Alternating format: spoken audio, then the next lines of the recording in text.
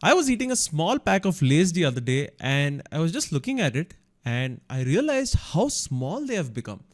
And it's not just me who noticed this. It's all of you people as well. Even Kirana store owners have started noticing this and they now are switching out from Lay's to Balaji wafers and to Uncle Chips and many more. So in this video, I'm going to tell you the story of Balaji wafers. Balaji wafers is an Indian brand that went from making zero to nearly 3,300 crores in less than 40 years. They are now the country's second largest player in the potato wafer market, just behind Lay's. It started in 1972 when the late Popat Ramji Virani handed 20,000 rupees to three of his sons. And one of his sons is named Chandubhai. Chandubhai decided that he is going to use this money to run his own business. And his older brothers put money which they got by selling their land on farming equipment and fertilizers. But they eventually got scammed and all of their business failed. Soon after this, Chandubhai was just 15 years old along with his two brothers. He left for Rajkot to work at a theatre called Astron Cinema. While his main job was to serve the canteen, he also did odd jobs like sticking film posters, doorkeeping, ushering all for a monthly salary of just 90 rupees. The entire family relocated to Rajkot in 1982. During this time, the family made masala sandwiches for the cafeteria of this theatre. While these sandwiches were popular, they were also very perishable, as you know. Look, a sandwich doesn't last too long. The bread will catch fungus very quickly. And this is where Chandubhai had an idea of switching to wafers over sandwich. But Chandubhai faced a problem. The issue was the supplier who supplied them wafers would always come late or always come with damaged wafers. So Chandubhai finally got fed up and decided to do it all by himself. So after canteen work, Chandubhai started his venture with only 10,000 rupees. He set up a small shed in this compound and started making chips there. And this decision of his worked very well. His wafers became so popular that the owner of the canteen decided to partner up with Chandubhai. And soon after, Chandubhai started running 3 canteens in total and distributing wafers to another 25 to 30 merchants.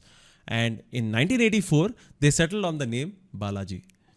But this was just the start of the hurdles that Chandubhai and his brothers were going to face. One of the biggest issues that Chandubhai was facing was keeping up with the demand. Imagine this, you were sitting and making wafers yourself. It is very hard to maintain the same taste in all of the wafers. And this is when Chandubhai introduced machinery to make the wafers. He went on to a store and found that the standard potato stripping and cutting machine was too expensive. So he decided to be a true entrepreneur and he broke the machinery into multiple parts. For just 5,000 rupees, he bought the parts, put it together and started making Balaji wafers. Now, Chandubhai was not educated. And I know we talk about engineers a lot. Many of us have engineering degrees and we don't know how to be a true engineer.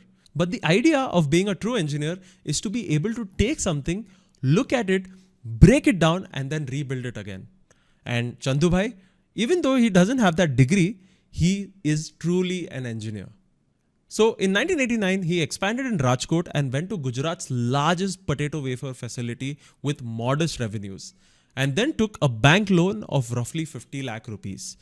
This was actually dangerous. Look, this was the time when venture capitalists and investors wouldn't put money in you. You had to go to the bank, ask for a loan, and if you owed money, you had to go pay for it yourself. So next, Balaji Wafers Private Limited was founded in 1992 by these three brothers.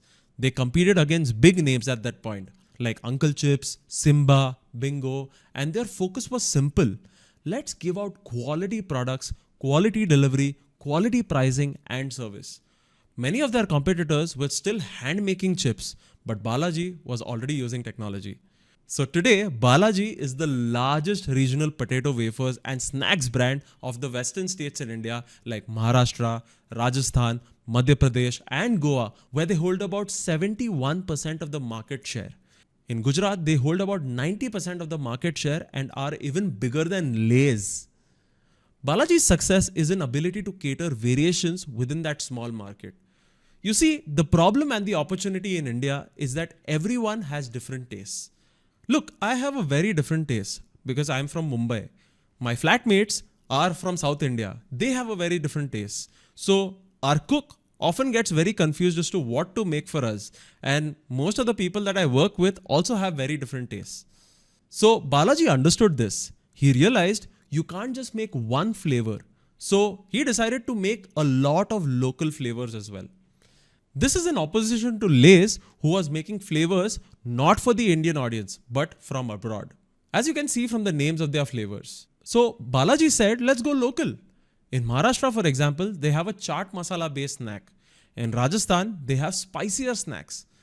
It's simply a testament that Chandubai, as a founder, was feet on the ground. He would go and ask people what they want. He had a keen understanding of human behavior, human needs, and he understood that people are different. Currently, Balaji has over 50 different flavors. On top of that, they recently entered the noodles market with their very own in-house made noodles. And I wouldn't be surprised if I start seeing hundreds of flavors of noodles sooner rather than later. But one thing is there, no growth comes without setbacks. Look, one major setback that Balaji experienced was when PepsiCo, who owns Lay's, sued Balaji because, according to them, Balaji copied Lay's design. Even though Chandubai stood against this argument and said that the only reason Lay's is suing us is because we are growing at a tremendous rate. The High Court still declared the case in favor of Lay's, resulting in Balaji not being able to sell their chips with their particular design. So although it stung, they changed the design, took the loss on their chin, and in 2008, they revamped their entire packaging. Many suggested that because they would change their design, people would forget the Balaji brand. But Chandubai believed in his product. And what we've also learned that people don't care about what your package logo looks like. Sure, there is some affinity people have towards it. But the name? Human beings are built for names. Names travel through centuries. And Chandubai and Balaji understood that. While Lay's market fell from 51% to 49%, Balaji Wafers has progressively been increasing at 20 to 25% every year. And many MNCs all over the world, including their old friend PepsiCo, has sought Chandubai to buy a part of Balaji. That's pretty much it for this video. Thank you so much for watching and bye-bye.